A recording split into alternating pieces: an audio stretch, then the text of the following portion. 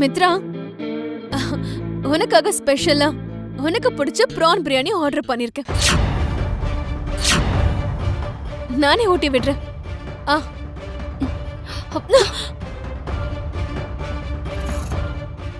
ஹே லக்ஷ்மி, என்ன பண்ணிட்டு இருக்க? உனக்கு கொஞ்சமாவது அறிவு இருக்கா? மித்ராக்கு பிரான்ஸ் ஒத்துக்காதுன்னு உனக்கு தெரியாதா? பிரான்ஸ் சாப்பிட்டா அவரோட உடம்புல இன்ஃபெக்ஷன் ஆயிடும். அது உனக்கு தெரியுமா தெரியாதா?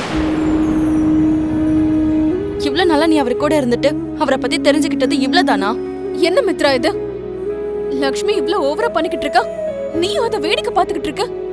லக்ஷ்மி சொல்றது உண்மைதான் மனிஷா.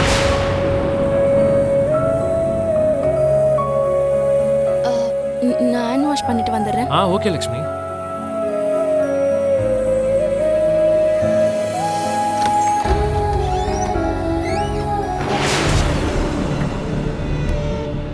அடடடா, செம்ம நாட்டுக்கட்டையா இருக்காளே.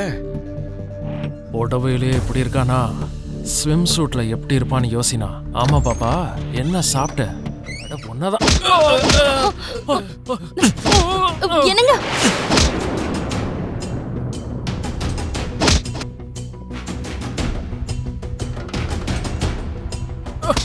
டேய் டேய் டேய், எந்திரடா எந்திரடா, வாடா போய்டலாம். என்னங்க? என்னங்க? என்னங்க விடுங்க. என்னடா, பொண்ண பார்த்தா போதும் வாய்க்கு வந்தபடிலாம் பேசுவீங்களா?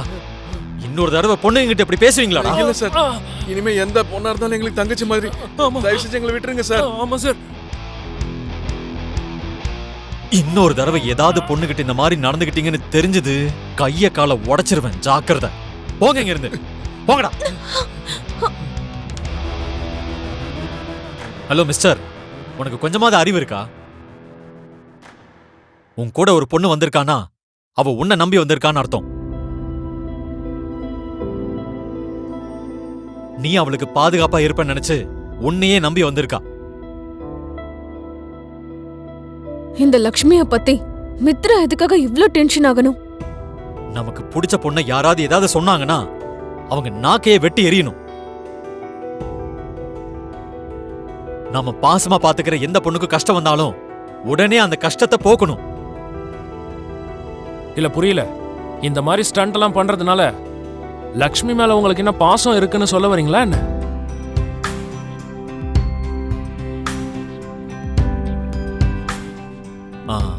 அதெல்லாம் ஒண்ணு இல்ல, நான் ஜெனரலா தான் சொன்னேன். உங்களை மட்டுமே நம்பி உங்க வாழ்க்கைக்குள்ள வர பொண்ண கேர்ஃபுல்லா பாத்துக்கணும். நீங்க இருக்கீங்கன்ற தைரியம் அவளுக்குள்ள இருக்கணும். அண்டர்ஸ்டாண்ட்? மனிஷா, வா போலாம்.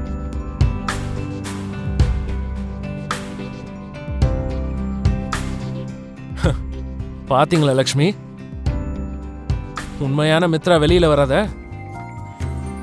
ஃபுல்லா காத்திருக்கிற பலூன்ல இப்ப சின்னதா ஒரு ஓட்டை விழுந்திருக்கு. பலூன்ல இருந்து எப்படி காத்து வெளியில வருமோ அப்படி மித்ரா சார் மனசுக்குள்ள இருக்கிற காதலும் கொஞ்சம் கொஞ்சமா இப்ப வெளியில வருது. கூடிய சீக்கிரமே முழுமையா வரப்போகுது, பாருங்க.